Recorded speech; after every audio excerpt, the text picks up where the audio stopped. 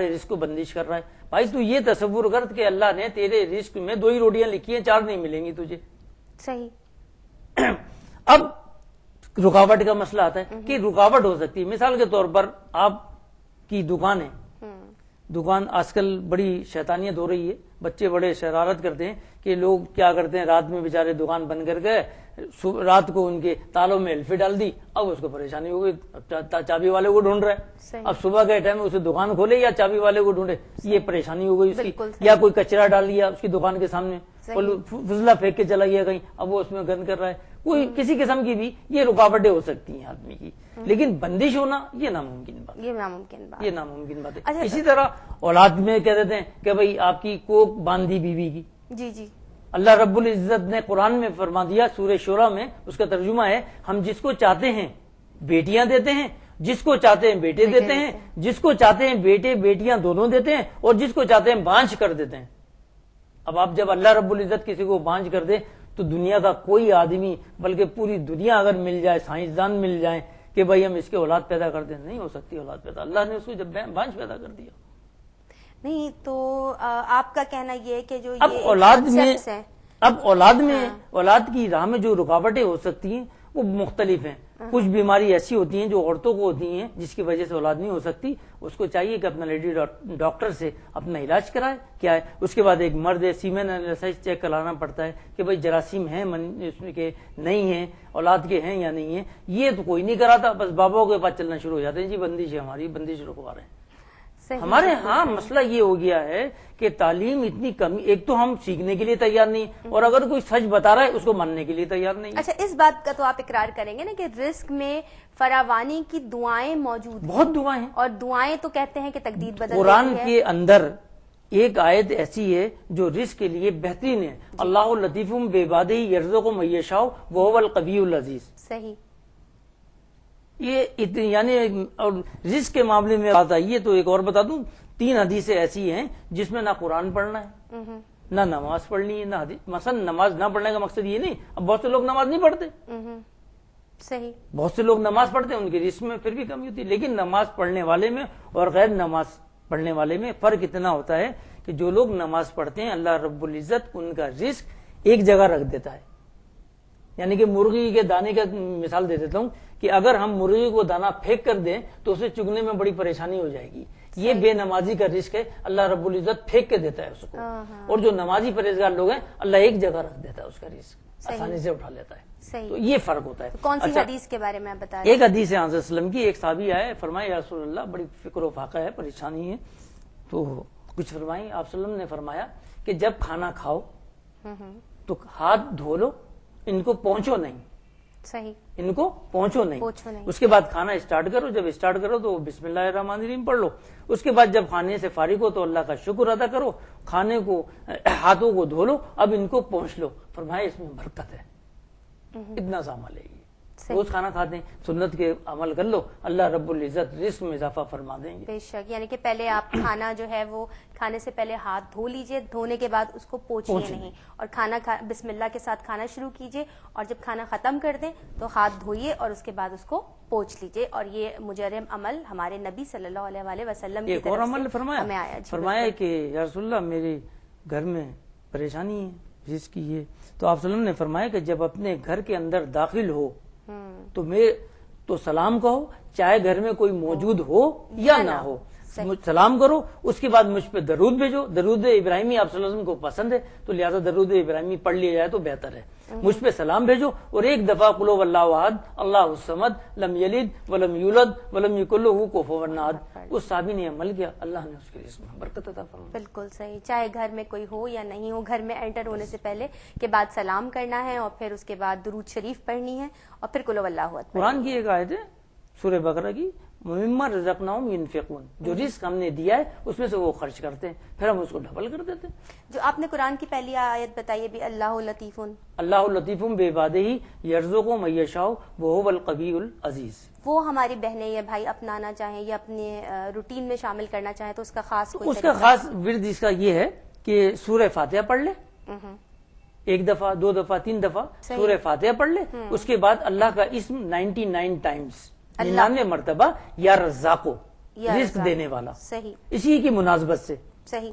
اور اس کے بعد 27 مرتبہ اللہ لطیف بعبادہ یرزق من یشاء وهو القوی العزیز، اور آخر میں 1 دفعہ یا 3 دفعہ درود ابراہیمی پڑھ کے اللہ سے دعا کرے، انشاءاللہ تعالی اللہ نے چاہا تو اس کے رزق میں برکت ہو جائے گی. بہترین فارمولہ ہے یہ. اچھا ماشاءاللہ، آزمودہ انشاءاللہ، مجرب انشاءاللہ، فارمولا. انشاءاللہ. اچھا اور سورہ قرآن- فاتحہ 2-3 دفعہ شروع کرنے، یعنی کہ ایک اول دفعہ آخر اصل میں درود شریف سورہ نہیں فاتحہ پڑھنی. ہماری قرآن کی ماں ہے، سمجھ لے. صحیح.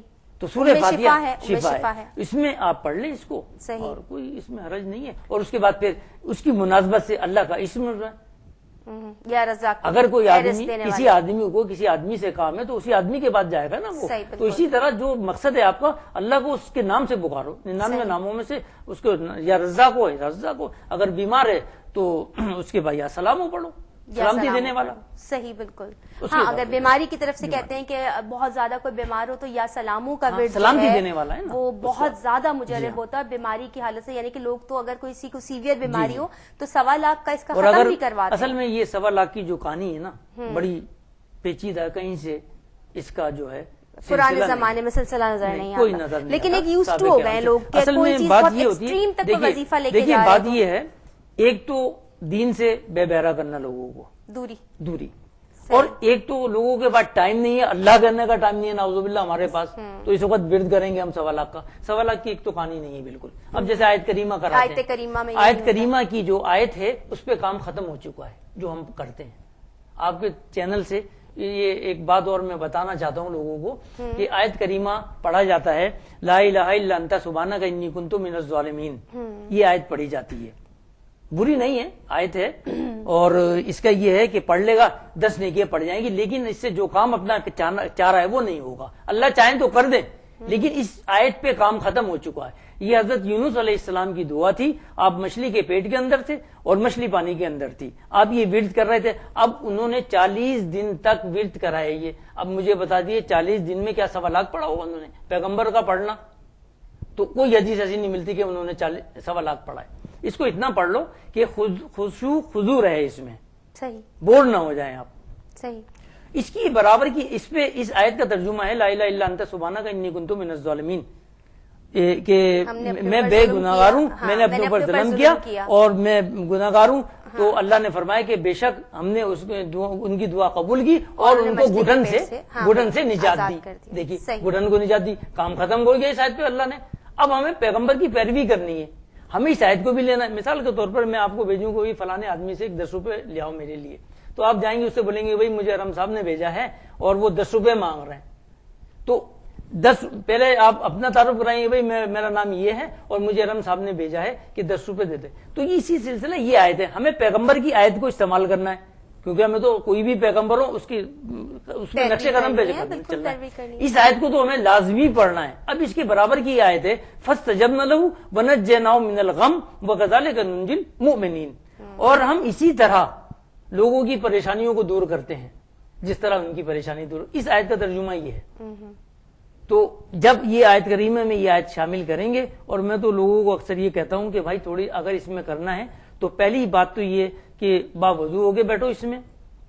دوسرے نمبر پر اگر کوئی پریشانی کا ہے آپ کو اور اس کے لیے آیت کریمہ کرا رہا ہو تو اس کے لیے لازم یہ ہے کہ اس میں وہ لوگ شامل ہوں جنہیں آپ سے محبت ہو.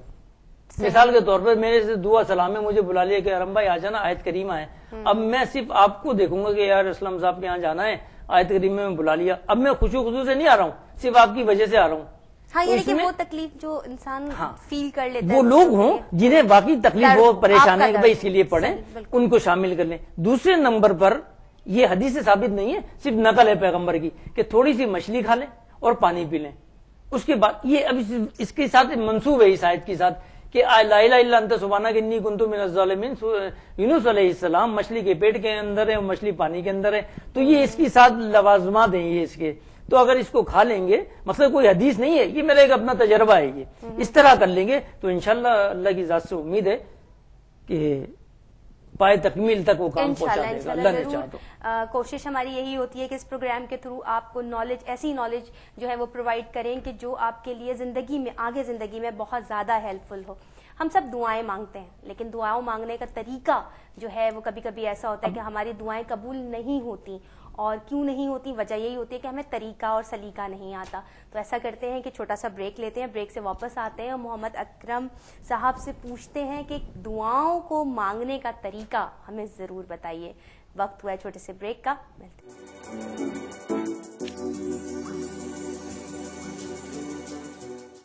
جی ویورز, بریک سے ہم آ گئے واپس. پروگرام ہے آپ کا اپنا مسکراتا دن. مسکراتا دن پروگرام دیکھتے رہیے, مسکراتے رہیے اور سیگمنٹ شیئر کرتے رہیے ہمارے ساتھ روح سے روشنی تک. بریک پہ جانے سے پہلے میں نے آپ سے کہا کہ ہم محمد ارحم اکرم صدیقی صاحب سے معلوم کریں گے کہ دعا کس طرح مانگنی چاہیے اور دعاؤں میں تاثیر تاکہ ہماری آئے اور ہم جو بھی دعا مانگیں اللہ تعالیٰ اس کو قبول فرمائے. ہماری جو بھی جائز خواہشات ہوں, جائز تمنائیں ہوں, وہ اللہ تعالیٰ ہم سب کی قبول فرمائے. آمین.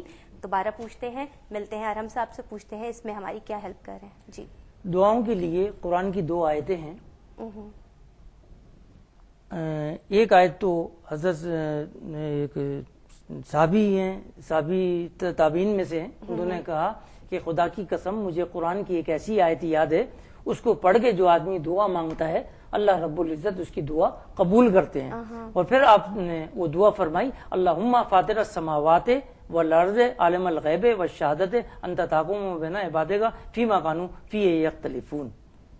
تو اور قرآن کی ایک اور آیت ہے, وَإِذَا عبادی انی فإنی قریب اجیب دعوت الداعی اذا دعان فلیستجیبوا لی ولیؤمنوا بی لعلہم یرشدون.